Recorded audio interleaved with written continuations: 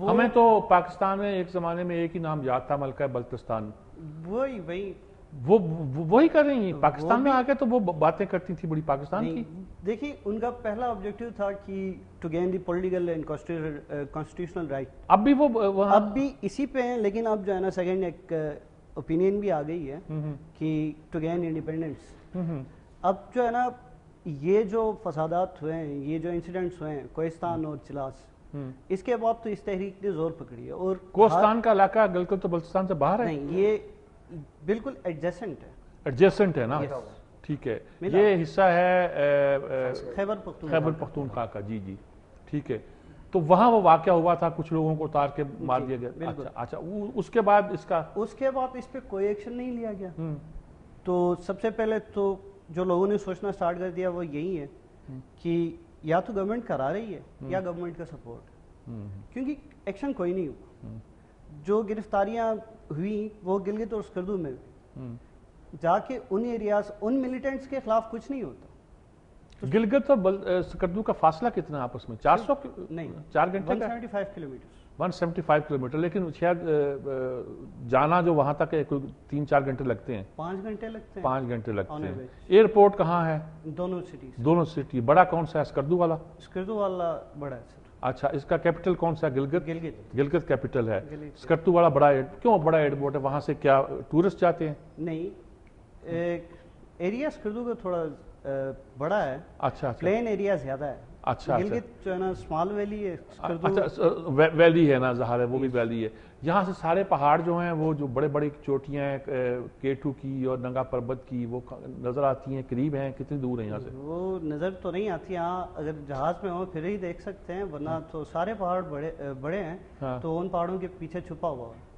اچھا، ان پہاڑوں کے پیچھے چھپا ہوا ہے یہ پہاڑ سارے اسی میں علاقے میں یا سارے اسی علاقے میں سوائے ترچ پیر کے، وہ جو ہے چترال میں. اور چترال میں ہے. باقی سارے جتنے بھی پیکس ہیں، نانگا پربت اور راگا پوشی، K2 روم 1 سے لے کر 8 تک، 10,000 فٹ بلند جتنے بھی پہاڑ ہیں ان میں سے 6 تو پاکستان میں ہے نا جی؟ جی ہے جی. 8,000 فٹ سے اوپر 4 جو ہے پاکستان کے اندر ہے، اور وہ چاروں GB کے اندر ہیں، گلگت بلتستان کے. اچھا، ٹورزم کی سب سے زیادہ اٹریکشن یہاں ہے. سب سے زیادہ کیا لگتا ہے کہ ٹورزم کی انڈسٹری ہماری کو تباہ کرنا چاہتا ہے؟ چین کو یہاں آنے سے روکنا چاہتا ہے؟ گوادر میں بھی لوگ کہتے ہیں کہ چین چونکہ وہاں ہے تو ان کو پسو پڑے ہوئے ہیں مغرب والوں کو کہ چین یہاں بھی آ جائے گا، اور چین جب جہاں سے اپنی اس کا ٹرک چلے گا اور گوادر کی بندرگاہ سے ہوتا ہوا وہ دنیا پہ کیا چین کی وجہ سے یہاں؟ سب سے پہلے میں اس ایشو کے حوالے سے کچھ باتیں کرنا چاہوں گا. یہاں کے لوگ بہت ہی پیسفل اور امن، یہی تو تاثر ہے یہاں کا. بالکل، کیونکہ ہم وہاں کے انہیبیٹنٹس ہیں، باشندے ہیں، اور ہمیں زیادہ پتہ ہے. بالکل کوئی مسئلہ نہیں ہے، کوئی مذہبی انتہا پسندی کچھ بھی نہیں. یہ پورا گیم ایکسٹرنل فورسز کروا رہا ہے. اور جہاں تک ٹوریزم کی بات کر رہے ہیں آپ، بہت ہی مطلب آپ سالانہ پر اینم آپ بلین ڈالرز میں آپ وہاں پہ بزنس کر سکتے ہیں. لیکن یہ جو ایکسٹرنل فورسز آپ کو کبھی ڈفرینٹ سیکٹس کے نام سے، کبھی ڈفرینٹ ایشوز آپ کے لا رہے ہیں اور آپ کو لڑا رہے ہیں اور آپ کو ڈیوائڈ کر رہے ہیں. جو میسم بتا رہے تھے ڈیوائڈ اینڈ رول، بالکل وہی ہو رہا ہے. اور جہاں تک آپ بات کریں ٹوریزم کا، دیکھیں چائنا جو ہے وہ جب پہلے اپنے جتنا بھی اس کا پروڈکٹس ہیں، پروڈکشن ہے، وہ پورا باہر سے آپ سی سے یہاں تک پہنچاتا تھا، گلف تک. اب KKH بالکل شارٹیسٹ اس کے لیے ڈسٹینس ہے، درہ خنجراب سے داخل ہوتا ہے، اور یہ KKH گلگت بلتستان سے ہوتے ہوئے گوادر تک. یہ پورا جتنا بھی آپ کا مارکیٹ ہے یہاں سے یہ اپنے پروڈکٹس گوادر تک پہنچائیں گے، اور یہ شارٹیسٹ ڈسٹینس. اور یہ چیز برداشت نہیں ہو رہا ایکسٹرنل فورسز کو، کیونکہ ظاہر ہے وہاں کے جو لوکل مقامی آبادی، اس میں بزنسز ان کو اس میں انوالومنٹ ہوگی ان کے، اور ان کی جو اکنامک ان کی جو گروتھ ہے وہ ہو جائے گی. تو یہ پورا سلسلہ اس چیز کو روکنے کے لیے کیا جا رہا ہے کہ لوگ آپس میں لڑیں اور ان چیزوں سے پیچھے ہٹ جائیں اور ایکسٹرنل فورسز انٹر ہو جائیں اور بزنس سنبھالیں اور پاور. اچھا یہ لوگ جو آتے ہیں، دیکھیں اصل اندر سے فساد پیدا کرتے ہوں گے نا جی. اگر شیعہ سنی کرتے ہوں گے یا اسماعیلی کے خلاف، تو اندر سے کچھ پیدا کرتے ہوں گے. یہ کیا کوئی کس تھرو آپریٹ کرتے ہیں؟ کوئی مبلغین آتے ہیں یا ویسے ہی کوئی جیسے وار لارڈز ہیں وہ استعمال کر دیتے ہیں؟ یہ انٹرسٹ گروپ وہاں پیدا ہو گئے ہیں؟ کیا ہوا؟ کیا لگتا ہے آپ کو؟ سر میں بیسکلی گلگت جہاں پہ یہ ایشو سب سے زیادہ زور پکڑتا ہے، جس کی وجہ سے سارا ہمارا ریجن گلگت بلتستان اس کی لپیٹ میں آتا ہے. یہ ٹوٹل جو ہے 4 کلومیٹر کا ایریا ہے گلگت شہر کے اندر. اچھا، جس میں مختلف محلے جس کو 6 کلومیٹر کہتے ہیں آپ کے چیف منسٹر جو ہے، وہی 4 سے 6 کلومیٹر جتنا. اچھا، یہ گلگت شہر ہے. گلگت شہر کے اندر بیسیکلی یہ جو جتنے بھی انتہا پسندی یا جو دہشت گردی یا جو آپ سیکٹرزم کی بات کرتے ہیں، یہ گلگت شہر کے اندر آج یہ جو ہے سارے گلگت بلتستان ریجن کو اپنے لپیٹ میں لیا ہوا ہے.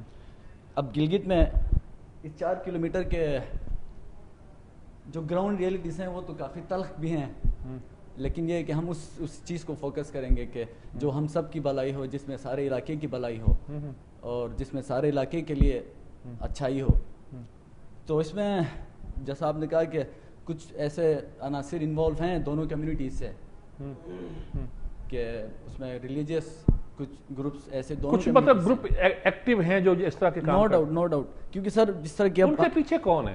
ان کے پیچھے سر جس طرح کہ ہمارے دو چیزیں ہو سکتی ہیں. ایک تو مفادات ہوتے ہیں جسے ہم ویسٹرن انٹرسٹ کہتے ہیں، اور غرض مندیاں لوگوں کی اپنی، اور کچھ ہوتا ہے کہ ان کو کوئی بات پوچھ کر رہا ہوتا ہے.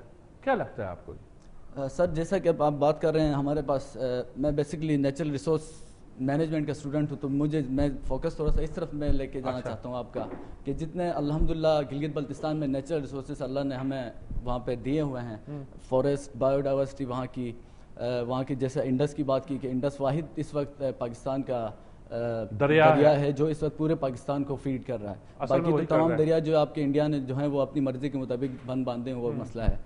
تو اس میں انڈیا کی بھی ڈائریکٹ انوالومنٹ یا انڈائریکٹلی وہ ہو سکتی ہے، کیونکہ وہ کسی بھی طریقے سے چاہتا ہے کہ پاکستان کو ڈی اسٹیبلائز کیا جائے، اور انڈیا کا انٹرسٹ بھی ہے وہاں پہ. ہمارے بارڈرز لگتے ہیں ان کے ساتھ، کارگل سائڈ پہ، سیاچن سائڈ پہ، استور سائڈ پہ. یہ جو واقعہ ہوا ہے ابھی ہمارے فوجی جوان جو ہیں جی سر برف کے تودے کے، یہ اسی علاقے میں ہے؟ جی سر، گیاری سیکٹر میں اس طرح کے ویسے تو یہ بہت کافی اب تک جس سیکٹر میں جہاں پہ یہ حادثہ ہوا ہے ایولانچ کا، یہاں پہ پہلے آج تک ہسٹری میں ایسا نہیں ہوا ہے. فرسٹ ٹائم ہوا ہے. کلائمیٹ چینج کا بھی آپ اس کے لیکن یہ علاقہ گلگت بلتستان، جی گلگت بلتستان کا. جی سر. اچھا، تو مطلب اس میں فوجی موومنٹ بھی اسی علاقے سے ہوتی ہوگی؟ ہاں، وہاں پہ ہمارے پیکٹس ہیں، ہمارے آرمی کے، ہماری جو بارڈر لائن ہے وہ گیاری سے اوپر بھی، اس کے سائڈز پہ بھی. گیاری تو شاید 11,000 فٹ پہ؟ جی سر، 8,700 سے ابو ہے سر. اچھا، اس کے اوپر تک بھی یہ لوگ جاتے یعنی یہی اسی روٹ سے جاتے ہیں. یہی ہمارا فورسز ہے، ان کے ایمونیشن. اس کا مطلب انڈیا کا انٹرسٹ بھی ہو سکتا ہے اس میں؟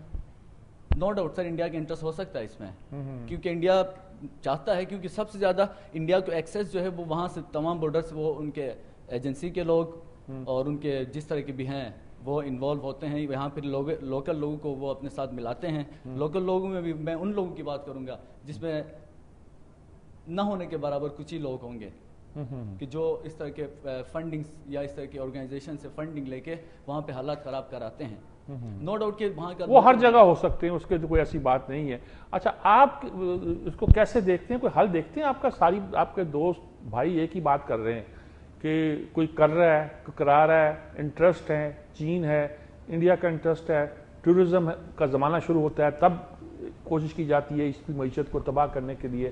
خوبصورت علاقہ ہے، کیوں اس کا اور پیسفل لوگ ہیں، کیوں یہ کیسے پھر یہ؟ جی میر صاحب، اس سچویشن کو آپ اگر ایک بگر پکچر کے طور پر دیکھیں تو نظر آتا ہے کہ یہ ایک فرقہ وارانہ کلیش جو ہے نا، وائلنس سے زیادہ بڑھ کر ایک چیز ہے. یہ ایک فینومینن ہے، ایک سازش ہے، جسے میں کہوں گا سازش ہے. گلگت بلتستان کا جو علاقہ ہے وہ اپنی ایک انتہائی اہم اور حساس جو جیو پولیٹیکل پوزیشننگ ہے، جو اس کی جغرافیائی جو اہمیت ہے، اس کی وجہ سے ایک عالمی مسابقت کا حصہ بن رہا ہے. آپ دیکھیں اس علاقے کی جغرافیائی جو پوزیشننگ ہے وہ دیکھیں. چائنا ہے ایک طرف افغانستان ہے، ایک طرف انڈیا ہے، ایک طرف پاکستان ہے. تو دیکھیں کہ اور تاجکستان کی بھی وہ 9 کلومیٹر کے شاید فاصلہ ہے. جی بالکل، بیچ میں واخان کی 20 کلومیٹر پٹی کے بعد تاجکستان کا جو حدود ہے وہ شروع ہو جاتی ہے. جی، تو اس پر تو پل بھی بن سکتا ہے. جی بالکل. تو آپ دیکھیں کہ جنوبی ایشیا میں جو اس وقت 3 جو ایٹمی پاورز ہیں، اس کے لیے یہ جو خطہ ہے یہ ایک میدان جنگ کا کردار ادا کر رہا ہے، جہاں پہ واقعی جنگ تو نہیں ہو رہی لیکن آپ دیکھیں کہ ایک ہڈن وار یہاں پہ اس وقت جاری ہے. میں حوالہ دینا چاہوں گا، حال ہی میں ایک انتہائی موقر جریدہ ہے ہمارا جو روزنامہ جنگ، اس میں ایک خبر چھپی تھی چند ماہ پہلے، جس میں یہ خبر تھی کہ اس علاقے سے را کی ایک سازش پکڑی گئی ہے، جس میں وہاں کے جاسوس اور ان کے کچھ را جو انڈین ایجنسی ہے، جو خفیہ ایجنسی ہے، اس کے جاسوس پکڑے گئے تھے اور ان سے کچھ خفیہ دستاویزات بھی برآمد ہوئی تھیں۔ تو اس سے ایک سازش کا انکشاف ہوا، جس کے مطابق یہ جو سازش تھی، جس میں چائنا اور پاکستان کے جو تجارتی اور جو سفارتی تعلقات ہیں ان کو ہدف بنانا تھا۔ اس کے علاوہ جو گلگت بلتستان کی جو اسمبلی تھی اس کو ہدف بنانا تھا۔ یہ جنگ کی رپورٹ ہے۔ تو آپ اس سے اندازہ کر سکتے ہیں کہ اس خطے میں کتنی ایک اہم جنگ لڑی جا رہی ہے۔ یہاں کے فورسز کو آپ اگر تجزیہ کریں تو یہ تین جو ہے نا ایجنڈاز پہ، تین نکاتی ایجنڈا پہ کام کر رہے ہیں۔ نمبر ایک تو پاکستان اور چائنا کے تعلقات خراب کرنا، ٹھیک ہے، ورنہ چائنا جو ہے پاکستان کے تجارتی سے تعلقات کی اس سے بڑھ جائیں گے، وہ بڑھ کے تو انڈیا تک پہنچ جاتا ہے، ٹھیک ہے، گرم پانیوں تک اس کے رسائی ہو جاتی ہے۔